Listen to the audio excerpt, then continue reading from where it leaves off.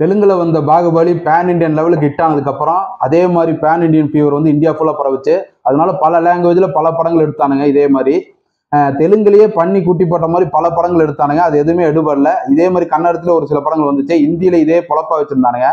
அதே மாதிரி நம்மளும் ஒரு பேன் இண்டியன் படம் எடுக்கணும் அப்படின்னு ஒரு மும்பை வாழ் தமிழ் நடிகர் நினைச்சாரு. அதை நினைச்சு ஒரு டீமை செட் பண்ணி ஒன்று கிண்டி வச்சிருக்காரு. ஆனால் அது கிண்டுனது பாயசம் கிடையாது, நமக்கு கொடுத்த பாய்சன்.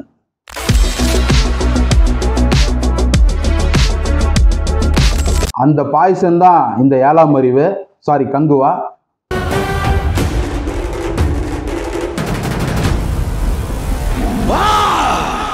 படத்தோட கதை என்னன்னா, ஓப்பனிங்ல 1024 AD வந்து ஒரு பாட்டி வந்து ஒரு கதை சொல்லிட்டு இருக்காங்க அந்த குழந்தைகளுக்குலாம். அப்போ பேசிட்டு இருக்கும்போது திடீர்னு நிலாவை வந்து க்ளோஸ்அப் காமிச்சிட்டு திடீர்னு கட் பண்ணா 2024 சொல்லி ஒரு லெபார்டரி காமிக்கிறாங்க. அங்க வந்து ஒரு பையனை வந்து சப்ஜெக்ட் மாதிரி வச்சு டெஸ்ட் பண்ணிட்டு இருக்காங்க. ஒரு ஃபாரினர் வில்லன் எல்லாம் போல அப்படியே வந்து செக் பண்ணிட்டு இருக்காங்க. அப்போ வந்து பார்த்தா திடீர்னு அந்த குழந்தை அந்த பையன் வந்து தப்பிச்சு போயிடுறான். தப்பிச்சு போனாங்க. வில்லனை துரத்திட்டு போகும்போது பார்த்தா அந்த லெபார்டரி பின்னாடி ஒரு சோளக்காடு, அந்த சோளக்காடு பக்கத்தில் ஒரு ட்ராக் இருக்கு. இந்த பையன் ஓடி போய் போகும்போது அந்த ட்ரெயின் வந்துடுது. டக்குன்னு பார்த்தா அந்த வில்லனை பின்னாடி துரத்திட்டு வரானுங்க.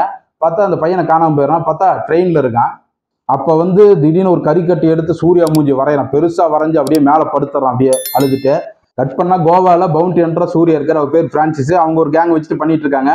அப்போ வந்து அவர் வந்து ஒரு மர்டர் பண்ணும்போது இந்த பையன் பார்த்துட்றான். பார்த்துட்டு கங்கா அப்படிங்கிறான். இவன் என்னடா யாரா கங்கான்னு சொல்லி இவன் வந்து ஒரு மாதிரி அதிர்ச்சியாகி அந்த போயிடறான். திருப்பி பையன் அவனை ஃபாலோ பண்ணுறான். ஃபாலோ பண்ணதுக்காக ஒரு டைமில் வந்து இவனுக்கு வந்து அஃபெக்ஷன் ஆகி அந்த குழந்தைய வந்து காவத்து போய் ஒரு சாப்பாடுலாம் வாங்கி கொடுக்குறான். வாங்கி கொடுக்கும்போது இந்த தொலைஞ்சு போன சப்ஜெக்டை தேடி அவங்களாம் வராங்க, வில்லனுலாம் வரானுங்க. இப்போ வந்து எல்லாத்தையும் அடிச்சு போட்டு அந்த குழந்தைய திருப்பி தூக்கிட்டு போயிடறாங்க. தூக்கிட்டு போகும்போது பார்த்தா திருப்பி ஃப்ளாஷ்பேக் வந்து 1000 அந்த திருப்பி அந்த பேக் போகுது அந்த பீரியடு இதுக்கு. அப்போ பார்த்தா அங்கே வந்து கங்குவாங்கிற ஒரு பயங்கரமான ஒரு வீரர் இருக்காரு. ஒரு 5 நிலங்களை வந்து ஒவ்வொருத்தரும் ஒவ்வொரு நிலத்தை ஆண்டுட்டு இருக்காங்க. அப்படி ஒரு நிலத்துல இவர் இருக்காரு. அங்கே வந்து சில பல சூழ்ச்சியினால அவருக்கு வந்து பல ஆபத்து வருது. அந்த ஆபத்துலேருந்து இவர் எப்படி தப்பிச்சாரு, அதுக்கும் அதே மாதிரி அந்த சூர்யாவுக்கும் இப்போ இருக்கிற பிரான்சிஸ்க்கும் கங்குவாக்கும் என்ன சம்பந்தம், இந்த பையன் ஏன் வந்து இந்த சூர்யாவை தேடி வரான், இதுதான் மீதி கதை. இந்த கதையை வந்து நான் சொல்றதுக்கே பல டேக்கு போச்சு. இது ஒரு கதையா அந்த மாதிரி தான் இருந்துச்சு எனக்கு. ஏன்னா ஒரு கதைனா நம்ம ஃப்ளோவாக சொல்லிடலாம். இதில் வந்து ஒன்றுமே இல்லையே. உங்களுக்கு வந்து எந்த கதை சொன்னாலும் ஏன் இந்த படம் தான் ஏழாம் அறிவு அப்படின்னு சொல்லி நமக்கு தோணுது இல்லை. இதில் வந்து பார்த்தீங்கன்னா அந்த டாக்டர் சுதிஹாசன் மட்டும் கிடையாது, அவ்வளோதான். இதில் திஷா பட்டானியை வந்து அந்த டாக்டர் இதுக்கு போட்டிருக்கலாம், கொஞ்சம் நல்லா இருந்திருக்கும். திஷா பட்டானி வந்து ப்ரெசென்ட்டாக மட்டும் தான் போட்டிருக்காங்க. பீரியடில் வந்து ஒரு ஜோடியே கிடையாது. இதில் வந்து பார்த்தீங்கன்னா பல ஒரு பிளாக் காமெடி படமாக தான் நான் இதை பார்க்குறேன் நான். ஏன்னா இந்த ஃபர்ஸ்ட் வந்து ஒரு பிரான்சிஸ்ங்கிற பவுண்டி ஹண்டர்னு இருக்காரு. ஆனால் வந்து இயர் பார்த்தீங்கன்னா 2024 தான் போடுறாங்க. ஆனால் இந்த 24 வந்து பார்த்தா ஏன் ஃபியூச்சரிஸ்டிக் மாதிரி காமிச்சிருக்காங்கன்னு தெரியல. ஏதோ 2050 நடக்கிற மாதிரி பவுண்டி ஹண்டர் அந்த மாதிரி கண்டதும் காமிக்கிறாங்க. இது வந்து நமக்கு ரிலேட்டே ஆகலை. ஏன்னா இது வந்து என்ன ஃபாரின் கிடையாது. 24 இப்போ இருக்கிறது தானே. இங்கே வந்து எப்படி இருக்குமோ அந்த மாதிரி தான் காமிக்கணும். இது ஏதோ ஃபியூச்சரிஸ்டிக் மாதிரி ஒரு வெஸ்டர்ன் இது மாதிரி காமிச்சிருக்காங்க. அதுதான் என்னன்னு புரியல. அதுவும் இந்த அரை மணி நேரம் இங்கே 24 நடக்கிறதுல வேஸ்ட்டு, சரியான திராவையாக இருந்துச்சு.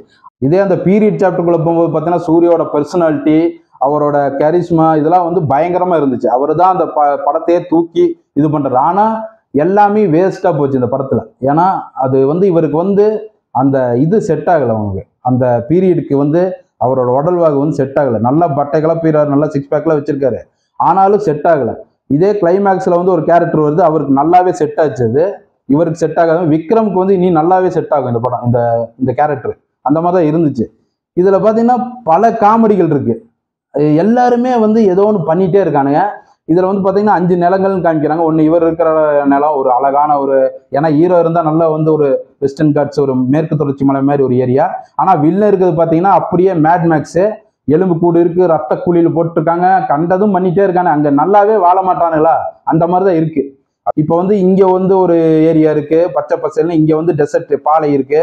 தமிழோட 5 நிலங்களை பற்றி தான் காமிச்சிருக்காங்க. ஆனால் இதில் வந்து இடையில ஒரு பனிமலை மாதிரிலாம் ஒன்று வருது. நம்ம என்னடா திடீர்னு வந்து Switzerland, Tokyo, Japan, northern Japan மாதிரி இருக்கு, திடீர்னு பனிலாம் பொழியுது ரஷ்யா மாதிரி. சம்மந்தமே இல்லையே. தமிழ் நிலங்களுக்கு பற்றி ஒரு ஃபிக்ஷனாக இருந்தாலும் கொஞ்சம் நீங்கள் சொல்கிறீங்களே தென் மாநிலம் அப்படின்னு சொல்கிறீங்க. அதனால வந்து அது ஒரு நம்பத்தகுந்த மாதிரி இல்லை, அதான் பார்க்குறேன். அப்புறம் வந்து இந்த ரோமன் எம்பையரை வந்து எல்லாம் காமிச்சிருக்காங்க. அந்த ரோமன் எம்பையர் பீரியட் வந்து பார்த்தீங்கன்னா 1000 கிடையாது, பிசி. அது வந்து ரோமனுக்கு இங்கே சம்மந்தமே இல்லை. அந்த மாதிரி தான் இருக்குது அதில் பார்த்தா. ஏன்னா இது வந்து கொஞ்சம் ஃபிக்ஷனாக இருந்தாலும் நீங்கள் ரோமன் எம்பையர் இந்த மாதிரிலாம் காமிக்கும்போது, ஒரிஜினல் இதெல்லாம் காமிக்கும்போது கொஞ்சம் அது ரிலேட்டட் இருக்கணும், அதுதான் மெயின். மற்றபடி வந்து பார்த்தீங்கன்னா எல்லாருமே வந்து ஏன் இந்த 300 மாதிரி எடுக்கணும்னு நினைக்கிறீங்க? எல்லாமே டோனு ஃபுல்லாக அப்படிதான் இருக்கு. எல்லா படங்களும் அப்படிதான் வருது. இந்த டோனுக்கும் இந்த சினிமாட்டோகிராஃபி இந்த விஎஃப்எக்ஸ் இதுக்கெல்லாம் கொடுக்கறதுக்கு கொஞ்சம் ஒரு கதைக்கு கொடுத்துருந்தா எப்படி நல்லா இருந்திருக்கும் திரைக்கதைக்கு. ஒரு ரைட்டரை வச்சு எழுதுங்க இந்த மாதிரி ஹிஸ்டரியெல்லாம் எடுக்கும்போது. இப்போ அப்போகாலிப்டோ பார்த்தீங்கன்னா அது வந்து சாதாரண ஒரு ஏழை பணக்காரன் படம் தான். ஆனால் அதில் எவ்வளவு இருக்கு அதில் மேட்டர். அதாவது அங்கே இருக்கிற ஆட்கள், அவங்க பூர்வக்குடிகள், அவங்களோட அவங்களோட லாங்குவேஜ் எல்லாத்தையும் எப்படி பட்டையை கிளப்பி இருப்பார். அந்த கிராஃப்ட் தெரியும் உங்களுக்கு அந்த படம் பார்க்கும்போது. நீங்கள் வந்து எப்படின்னா ஒரு வருஷம் வந்து இந்த அப்போகாலிப்டோ 365 நாள் பார்க்கணும் டெய்லியும். அப்போதான் நீங்கள் ஸ்டடி பண்ண முடியும். சும்மா வந்தோமா எடுத்தோமா 2000 கோடிலாம் சொன்னா வந்துருமா? அது கிடையாது. தப்பு தானே அது. இதுல பல காமெடிகள் இருக்கு. சூர்யா வந்து நாக்க சொல்லிட்டு ஒன்று பாடிட்டு ஆடிட்டு இருக்காரு. என்னது கூல் லிப் மூமெண்டா? அது என்னது 2K கவருக்கு வேண்டி அது பண்ணியிருக்காரான்னு தெரியல. அப்புறம் வந்து பாத்தீங்கன்னா இந்த கோவால இருக்கிற இந்த பிரான்சிஸ் இவங்க அந்த ஹீரோயின் திஷா பட்டானி எல்லாம் பாத்தீங்கன்னா ஒரு ஸ்லாங் பேசுறாங்க. டே ஷரவணா அப்படின்னு சைல்டு சின்ன ஸ்லாங். அது எதுக்கு அது? அந்த மாதிரி கோவால யாருமே பேசுனது இல்லையே. நம்ம கேட்டதில்லை. பல தடவை போயிருக்கோம். அந்த மாதிரிலாம் கேட்டதில்ல. அப்புறம் எப்போ பார்த்தாலும் இந்த பாலையை காமிச்சா அந்த டெசர்ட் இதை காமிச்சா மேட்மேக்ஸ் தானா? வேற எதுவுமே இல்லையா? அப்படியே அந்த ரெட் கலர், அந்த ஆரஞ்சு கலர், அந்த பேக் டிராப்பு, அந்த லென்ஸு இதெல்லாம் வந்து ரொம்ப வந்து நெகட்டிவான டெம்ப்ளேட்டா இருக்கு இதெல்லாம் பார்த்தா. இப்போ பார்த்தீங்கன்னா இந்த படம் பார்க்கும்போது ஒன்றும் கூட வந்து உங்களுக்கு ஒரிஜினாலிட்டி இல்லை.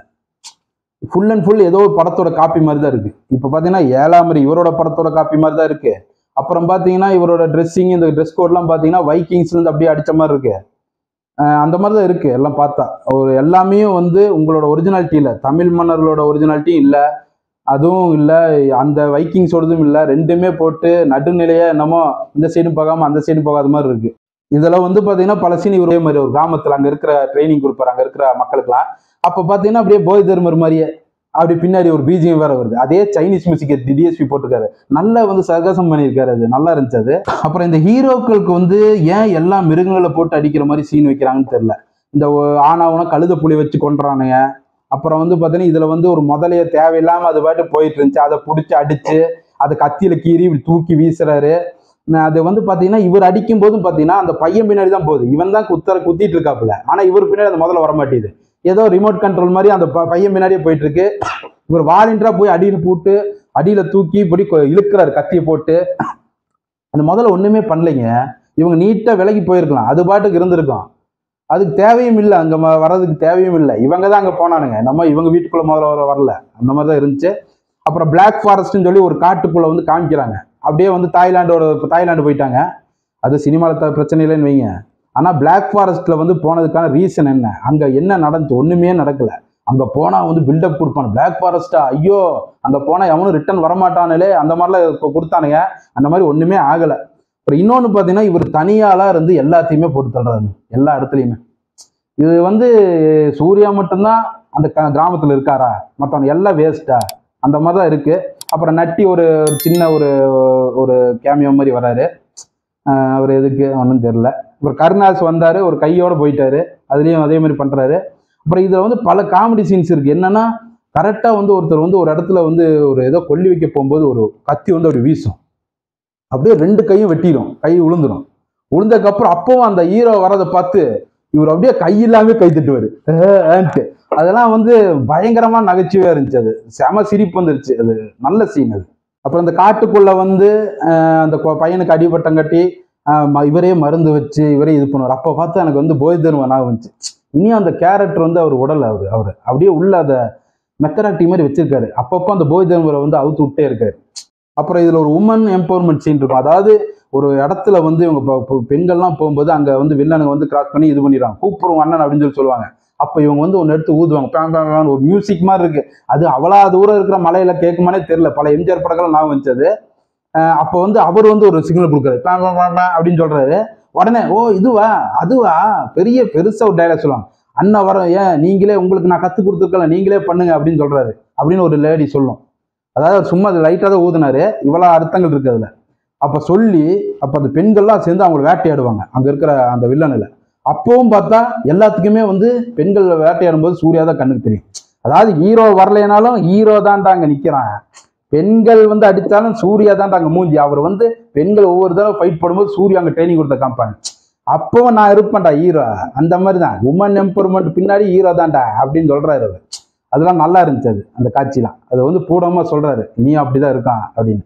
சிவாவோட டைரக்ஷன் இதை வந்து பாத்தீங்கன்னா இந்த படத்தை பார்த்து பல பேர் வந்து ஐயோ எதிர்பார்த்து ஏமாத்து போனோம் அப்படின்னு. எனக்கு என்னன்னா சிவாட்ட எதுக்கு எதிர்பார்த்தீங்க முதல்ல எனக்கு புரியல எனக்கு. ஏன்னா அவருக்கு அவ்வளவுதான் வரும். அவர் என்ன மாதிரி படங்கள் எடுத்துட்டு இருந்தாரு? சிறுத்தை, வீரம், வேதாளம், இந்த மாதிரி வந்து அவர் டீசெண்டான படம் தான் எடுத்துட்டு இருந்தாரு. அவர் அவ்வளவுதான் எடுக்க முடியும். அவருக்கு வந்து இது ஒரு லாங் ஜம்புங்க. அவரோட இதுல வந்து ஒரு ட்ரை பண்ணியிருக்காரு ஒரு கிராஃப்டை.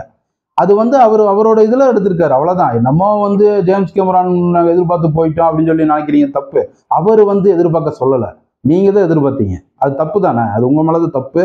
அவருக்கு ஏற்ற மாதிரி அவர் கரெக்டாக தான் பண்ணியிருக்காரு. இது வந்து இந்த அளவுக்கு வந்து 2000 கோடி இந்த மாதிரிலாம் வந்து வாயை பிளந்து பார்ப்பீங்க இந்த மாதிரி டைலாக்லாம் சொல்லாமல் இருந்தா இந்த படம் வந்து சாதாரணமாக கடந்து போயிருக்கோம். இவங்க தான் வந்து திருப்பியும் அஞ்சான் மாதிரி வந்து இழுத்து விட்டாங்க. இதை மியூசிக் வந்து டிஎஸ்பி போட்டு அடிச்சு தூக்கியிருக்காரு. அதாவது இந்த ஃபங்க்ஷன்ல இந்த டிராகன் இதெல்லாம் ஓடும்போது இங்க வந்து ஒரு துருப்பிடிச்ச டிராகனோட எக்ஸிபிஷன்ல அப்ப அப்படியே விழுச்சக்கடி வாய்ஸ்ல ஓடும். அந்த மாதிரி இதுல வந்து அப்படியே கத்திக்கிட்டே இருக்கானு, வர்றான் போறோம் எல்லாருமே கத்துறானுங்க. வெளியே வந்ததுக்கு அப்புறம் அந்த சவுண்டு கேட்டே இருந்துச்சு. எனக்கு அப்படியே ரொம்ப வந்து ட்ராமா பண்ணிட்டானுங்க. எனக்கு இந்த படம் வந்து இந்த கத்துல இந்த காக்கா வரும்போது இந்த பணத்தை போடுறது இதெல்லாம் பார்த்தீங்கன்னா இந்த பார்சியோட ஒரு இதுதான். அவங்க பார்சியோ வந்து புதைக்க மாட்டாங்க, நேராக போய் அந்த பணத்தை கொண்டு போய் அங்கே வச்சிருவாங்க. அது வந்து மிருகங்கள் காக்கா இதெல்லாம் கொத்தி சாப்பிட்டு தான் அது வந்து இது பண்ணும். அதுதான் அவங்களோட ட்ரெடிஷனு. அதை வந்து இதை வந்து காமிச்சிருக்கீங்க இதில். அப்புறம் பாபி தியால் வந்து பார்த்தீங்கன்னா அனிமலுக்கு அப்புறம் அவருக்கு வந்து திருப்பி ஒரு செகண்ட் இன்னிங்ஸ் மாதிரி ஆரம்பிச்சிருக்கு. அந்த மாதிரி பல படங்கள் நடிச்சிட்டு இருக்காரு. அடுத்த தளபதி 69 அவர் இருக்காருன்னு நினைக்கிறேன். இதுல வந்து பாத்தீங்கன்னா அவர் எதுக்கு அந்த கேரக்டர் வேஸ்ட். அது வந்து ஒரு பயங்கர பில்டப்போட வரும். அவர் ஒண்ணுமே பண்ணல எனக்கு தெரிஞ்சு. கடைசியில தேவையில்லாம வந்து இவர் கயிறு போட்டு இறுக்கி செத்துறாரு. அப்புறம் இதுல வந்து பாத்தீங்கன்னா நிறைய நம்ப முடியாத சீன்லாம் இருக்கு. அப்படியே டாம் க்ரூஸ் மாதிரி இவர் எம்ஐ அந்த ஃபிளைட்ல தொங்குறாரு, அப்படியே தொங்குறாரு. திடீர்னு ஸ்வானத்துல இருந்து அவர் அந்த பழைய கங்குவா சூர்யா வந்து உருமுறாரு. உருவும் போது தலைவா அப்படின்னு சொல்லிட்டு அப்படியே பின்னாடி ஜம்ப்னு உள்ள போறாரு ஃபிளைட்டுக்குள்ள. அதெல்லாம் பயங்கரமா இருந்துச்சு. அது அப்பா செம காமெடி, அட்டகாசமா இருந்துச்சு. அந்த காமெடி இல்லாத குறை வந்து பாத்தீங்கன்னா இவங்கதான் தீக்குறாங்க. அது வந்து ஒரு நல்ல விஷயம்தான். இது வந்து ஒரு ஸ்பூஃப் மூவி மாதிரி இவர் எடுத்திருக்காரோ அப்படின்னு எனக்கு டவுட்டா இருக்கு. காட்டு மொக்கைங்கிற ஒரு இதை நம்ம கேள்விப்பட்டிருப்போம். அதை நான் இன்னைக்கு நேரா அனுபவிச்சேன். ஏன்னா காடும் சார்ந்த மொக்கை அட்டகாசமா இருந்துச்சு. அதோட இது அது கரெக்டான டேக்லைனுக்கு ஏற்ற மாதிரி இருந்துச்சு. நல்ல ஒரு காட்டு மொக்கை அந்த படம். இதுல ஒரு சின்ன பையன் வந்து ஒரு டைலாக் சொல்லுவான், நான் செத்தா நான் மட்டும்தான் அழிவேன், ஆனா நீங்க செத்தா ஒரு இனமே அழியும் அப்படின்னு சொல்லுவாங்க. நான் என்ன நினைக்கிறேன், நாங்க செத்துட்டு உங்களை காப்பாத்திட்டா. இதை விட மோஸ்ட் டிஸ்டர்பிங் ஒரு சீன் என்னன்னா கங்குவா 2 வருதாமா. எல்லாம் தலைவர் எல்லாம் வந்து ஓடி ஒளிஞ்சுக்கோங்க. நன்றி.